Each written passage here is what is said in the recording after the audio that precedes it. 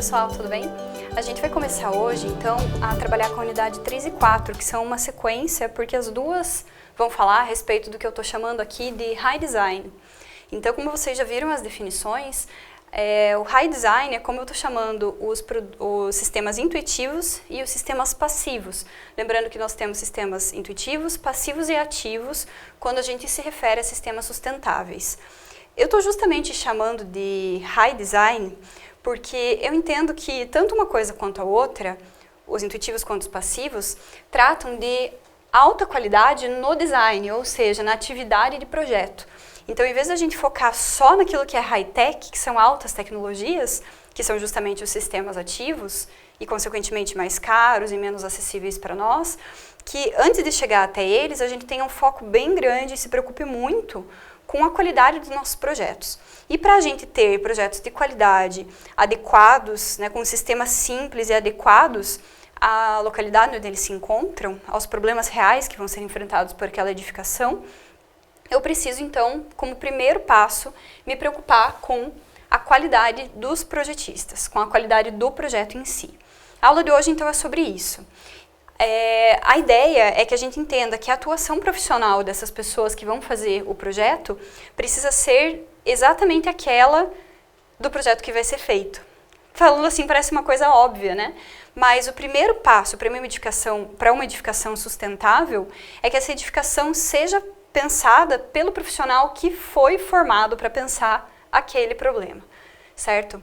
Uma coisa muito comum da gente ver no mercado de trabalho, especialmente no mercado imobiliário, no mercado da arquitetura e urbanismo, né? Eu mesma já passei por situações assim com o escritório de arquitetura, em que o profissional ele é desvalorizado pela pessoa que está contratando esse projeto.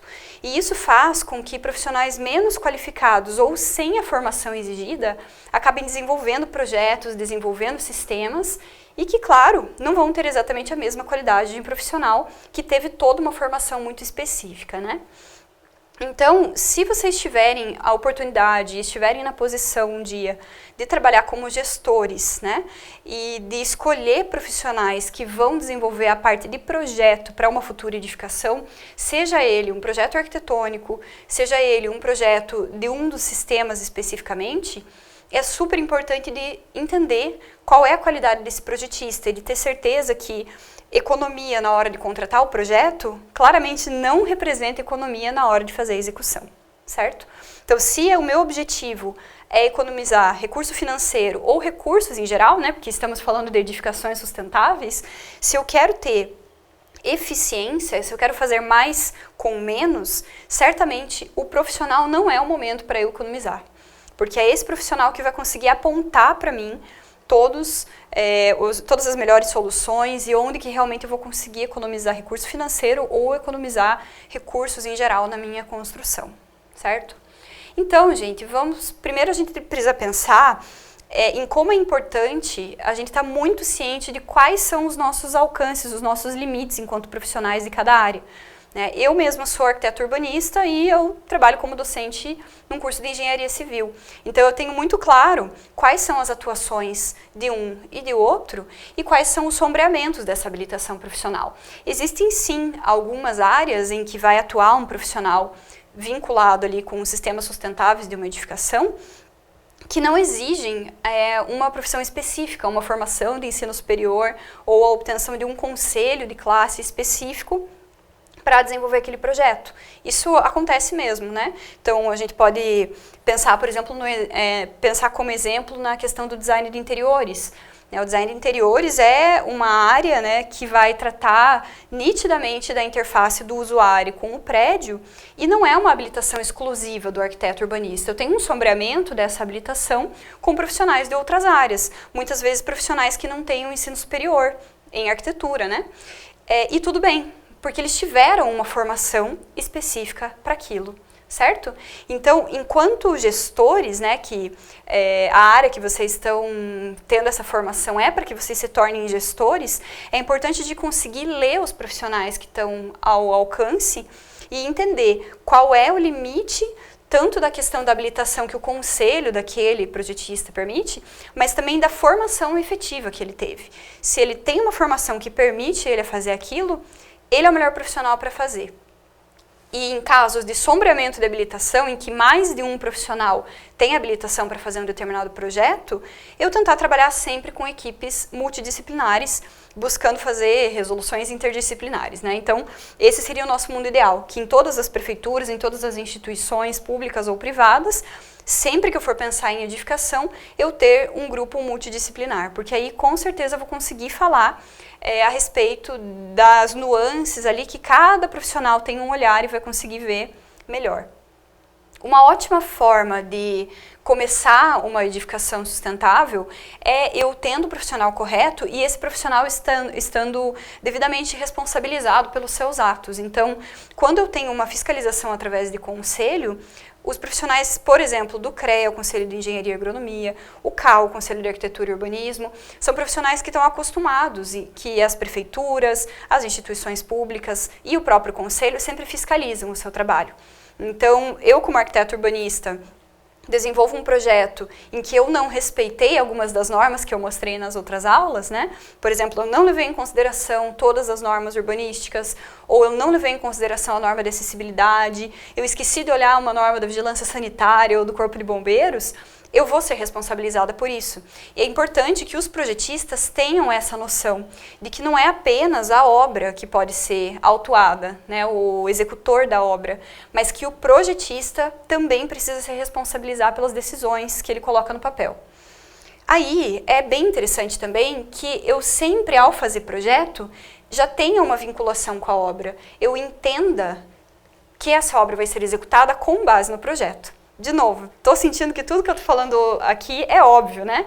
Claro, eu preciso ter o projeto antes e ter a obra depois, mas acreditem vocês ou não, falando de arquitetura sustentável, esse com certeza é um dos passos mais básicos para garantir que o prédio seja sustentável.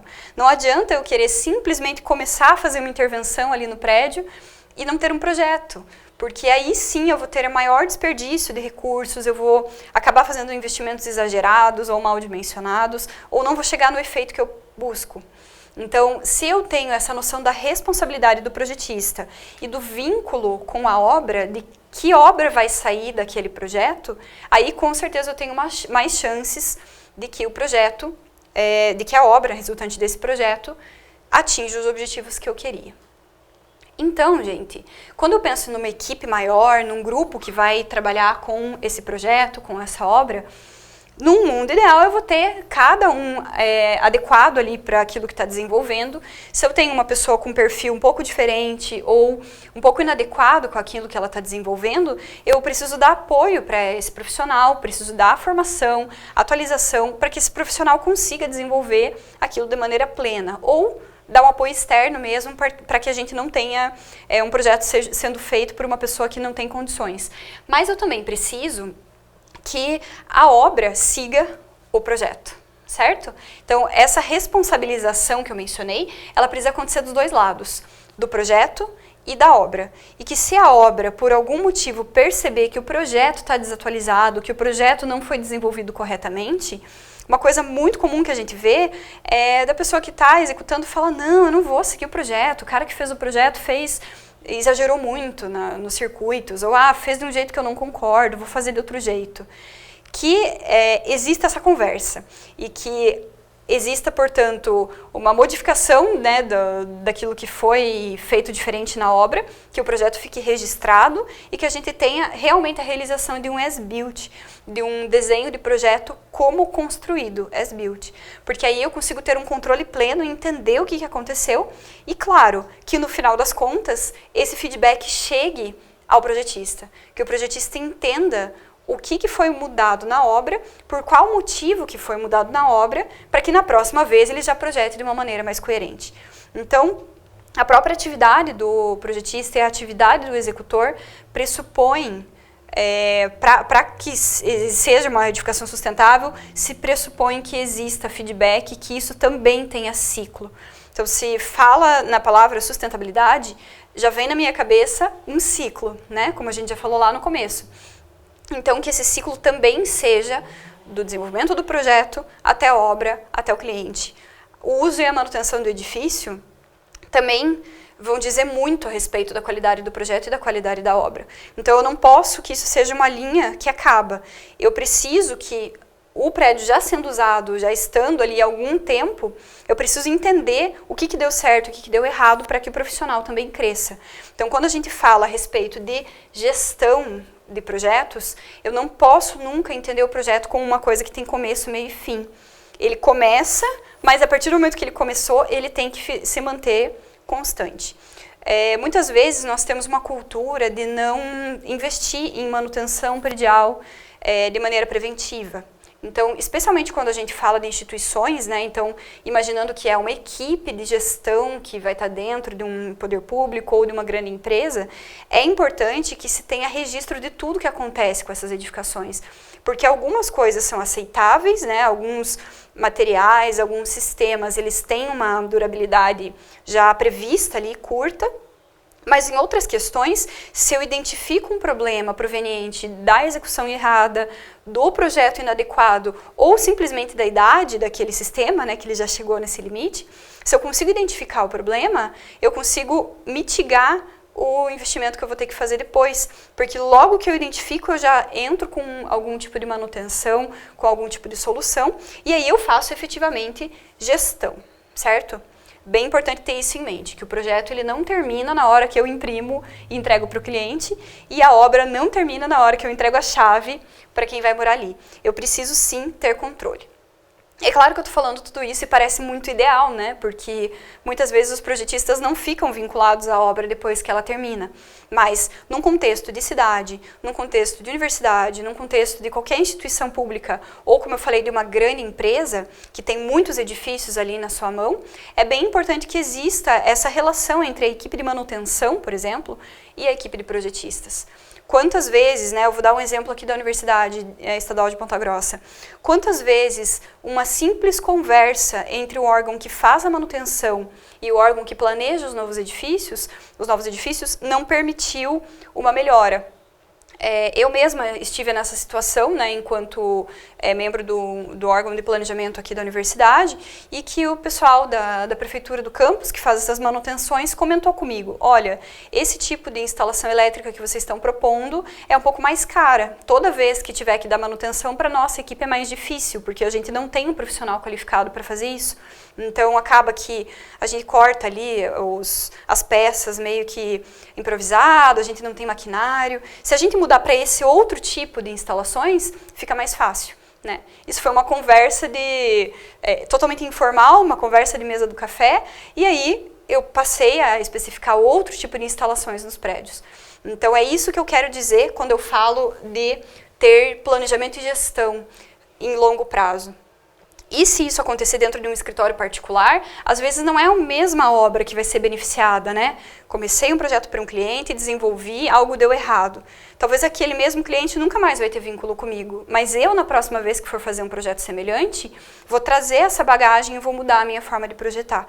Então, é importante a gente, assim, cada profissional entender o seu trabalho como algo cíclico, que vai voltando, mas espiral, né? Vai aumentando, vai ficando cada vez com maior qualidade. Toda vez que eu me deparo com o mesmo problema, eu tento melhorar, entender o que aconteceu de errado da outra vez. E, num contexto de equipe, entender que os profissionais, os projetistas, são um grande investimento estratégico para a qualidade da edificação que vai vir depois. Então, quando eu falo a respeito de investimento em projetos e em projetistas, né, é uma questão cultural mesmo do proprietário final ou da instituição em questão. Entender que o projeto precisa ser feito antes da obra, com qualidade e com um profissional adequado.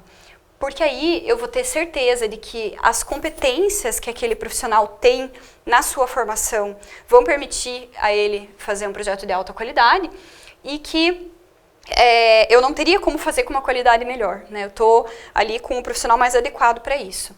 É claro que eu também preciso investir em atualização desse profissional. Não adianta desenvolver ali uma equipe ótima e daqui a pouco mudam os softwares, mudam as tecnologias, muda o sistema construtivo vigente, que todo mundo conhece, e logo tem uma equipe desatualizada que não me permite esses projetos tão com tanta qualidade, né? Como a gente acabou de ver na unidade anterior, a gente viu a respeito das normas, né, urbanísticas, também é importante a gente lembrar que as nossas normativas elas estão em constante atualização. Então, não é apenas a formação técnica que precisa ser atualizada, mas também essa contextualização e essa compreensão do que delimita a nossa ação. Então, se uma lei referente à questão ambiental é alterada, ou em relação à acessibilidade, ou uma lei urbanística, isso tudo vai fazer bastante diferença na qualidade do meu projeto, na minha obra, se o meu profissional tiver esse conhecimento previamente. Um segundo ponto, bem relevante quando a gente fala de planejamento e gestão e qualidade, minimização de resíduos, minimização de retrabalho, é a questão da compatibilização do projeto. Muitas vezes, numa edificação, eu vou ter vários projetos que vão passar por vários profissionais, são disciplinas diferentes. Então, eu vou ter o projeto arquitetônico, um projeto elétrico, hidrossanitário, vários projetos. E em casos de edifícios ou de projetos mais complexos, né? Às vezes eu tenho projetos bem específicos, um a respeito do condicionamento de ar e da parte de climatização, outro que vai tratar de automação, por exemplo. Então, quando eu preciso de mais de um projetista, é fundamental que esses projetistas todos estejam coerentes entre si. Então, se eu tenho mais de uma linha, mais de uma forma de desenvolver, que isso seja acordado antes de começar e que os projetos sejam constantemente compatibilizados. O que significa que eu não posso simplesmente desenvolver um projeto, passar para o projetista das outras áreas, né? Então, por exemplo, faço lá o projeto arquitetônico, disponibilizo para os profissionais das engenharias, que vão mexer com o estrutural, o elétrico, o hidrossanitário, e eu não me permito mudar. Um projetista vem para mim e fala, putz, vamos mudar um pouco o tamanho daquela sala, aquele vão, aquela porta, vai facilitar para mim, vai reduzir custo, vai reduzir gasto de material. Eu não posso, enquanto arquiteta, ser... não ser flexível, ser completamente inflexível e dizer, não, eu não vou mudar o meu projeto. Esse diálogo entre as diferentes áreas, e é por isso que eu comecei falando a respeito de interdisciplinaridade, é o futuro, né? A gente tem muito conhecimento técnico profundo, de altíssima complexidade em todas as áreas. É literalmente impossível ter um único profissional que consiga ser perfeito em todas as áreas. Todas as vezes que eu conseguir envolver mais de um profissional para resolver um problema, esses profissionais vão ter as suas visões variadas. Então, se eu estou dando o exemplo do arquiteto urbanista, porque é a minha realidade, né?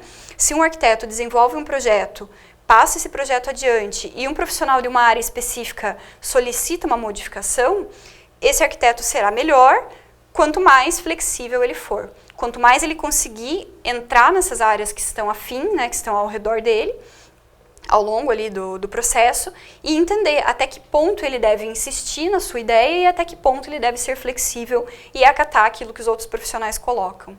Então, a parte de compatibilização de projetos é muito comum que em processos licitatórios ou mesmo no mercado privado mesmo, em construtoras, a gente não veja um custo para a compatibilização de projetos. É previsto um orçamento para cada um dos projetos e não é previsto um custo de compatibilização. Então, quem se responsabiliza por isso? Qual profissional que vai ser responsabilizado o dia que a gente chegar na obra e perceber que aconteceu um erro de compatibilização, que aquela instalação elétrica não está adequada para aquela modulação estrutural, por exemplo, né? Então, a questão da compatibilização, de novo, é muito simples, né? É uma coisa muito trivial isso que eu estou falando, mas o simples fato de perder um pouquinho mais de tempo, investir um pouquinho mais de dinheiro no projeto, por exemplo, na fase de compatibilização, isso economiza muito custo para a fase de obra. E, de novo, custo não é só custo financeiro. Se eu construo uma parede e vou ter que demolir aquela parede, além do dinheiro, eu gastei tempo, eu gastei provavelmente recursos humanos, né, que tiveram ali, que pensava, o que faz e tal, e eu descartei material. Então, na construção civil, que a questão da sustentabilidade ela não é mais um diferencial, ela é uma necessidade, né? Essa preocupação ali de minimizar resíduo, de reaproveitar recursos, de ser muito responsável. Qual é o sentido de, por um simples erro de compatibilização, às vezes 2 ou 3 reuniões e profissionais bem engajados com o projeto que estão fazendo, poderiam reduzir muito esse custo. Então é uma coisa bem importante de ter em mente. Vai ter um preço para isso, mas esse preço com certeza vai se pagar muito facilmente. Finalmente, quando falamos de planejamento e controle, é justamente saber o que está acontecendo, controlar tudo a respeito da edificação. E, de novo, estou usando edificação. Poderia estar falando de uma via, de um projeto de pavimentação, né? Então, pode ser de qualquer tipo de projeto. Só estou dando o exemplo do edifício, mas acredito que cada um de vocês, nas suas realidades, consegue levar isso tudo que eu estou dizendo para o tipo de projeto, para o tipo de situação que vocês costumam enfrentar. Então, numa situação em que eu falo que eu preciso de planejamento e controle, não basta eu criar um projeto e esperar para ver como ele vai ficar. Eu preciso ter o máximo possível de controle e planejar e prever a maior quantidade possível de situações que eu possa imaginar. Então, obviamente, muito importante que o prédio, ou o projeto em si, seja execuível. Isso é parte da responsabilidade do profissional. Então, se um profissional projeta alguma coisa inexequível, ele precisa ser responsabilizado. Ele precisa entender que isso não é um diferencial, é uma questão básica. Não posso me propor ou propor alguma coisa que não é exequível. Isso já vem ali do início, né, da escolha do profissional e da noção desse profissional de que aquilo que ele está fazendo é muito sério. Ainda, eu considero fundamental nos dias de hoje a questão da adaptabilidade, como eu falei para vocês. Eu dei esse exemplo da compatibilização de projetos, mas é muito frequente que o nosso cliente final também exija adaptações. A gente tem que entender que arquitetura sustentável, edificações sustentáveis, elas precisam ser trazidas para a realidade. Lá na introdução da disciplina eu comentei com vocês que não existe edifício com zero impacto, né? A gente viu na unidade 2, nos conceitos, o que é sustentabilidade, tudo é plenamente sustentável, não é? É muito difícil eu chegar em algum edifício e dizer, esse edifício tem zero impacto. Eu diria que é impossível. Se vocês discordarem de mim, me contem qual edifício que é 100% sustentável hoje em dia, né? Então, o que vale mais? Eu tentar chegar num edifício assim ideal, colocar todos os sistemas possíveis, usar um monte de tecnologias para minimizar esse impacto e o meu cliente não aplicar nenhum deles e fazer tudo diferente do projeto porque eu estou fora da realidade, ou eu talvez diminuir um pouco a minha expectativa e trazer soluções que sejam aplicáveis na vida real.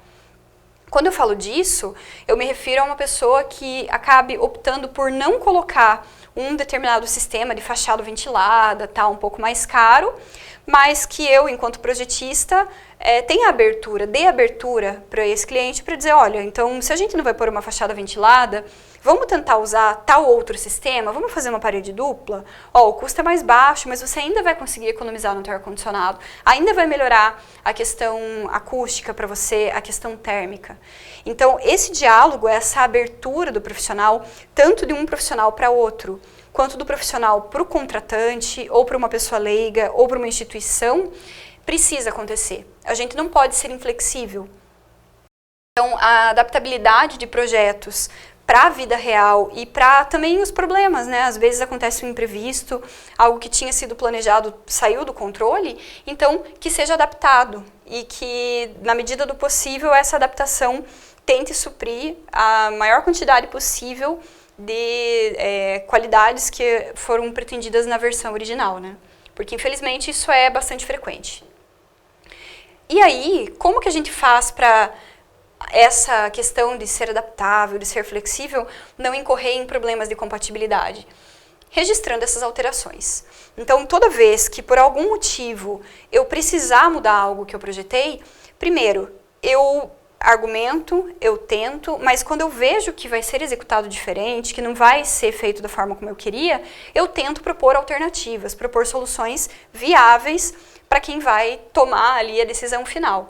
E caso eu faça isso, caso eu modifique, eu registro tudo.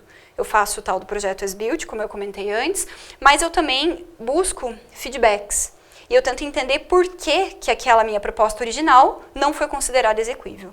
Certo? Então, esse fluxo aqui, que eu estou falando então sobre controle, sobre entender o que está acontecendo, exige muito trabalho, não é fácil, mas comparativamente a questão de custo financeiro e a questão de recurso despendido, recurso desperdiçado, compensa demais. Então, é um investimento que faz muito sentido.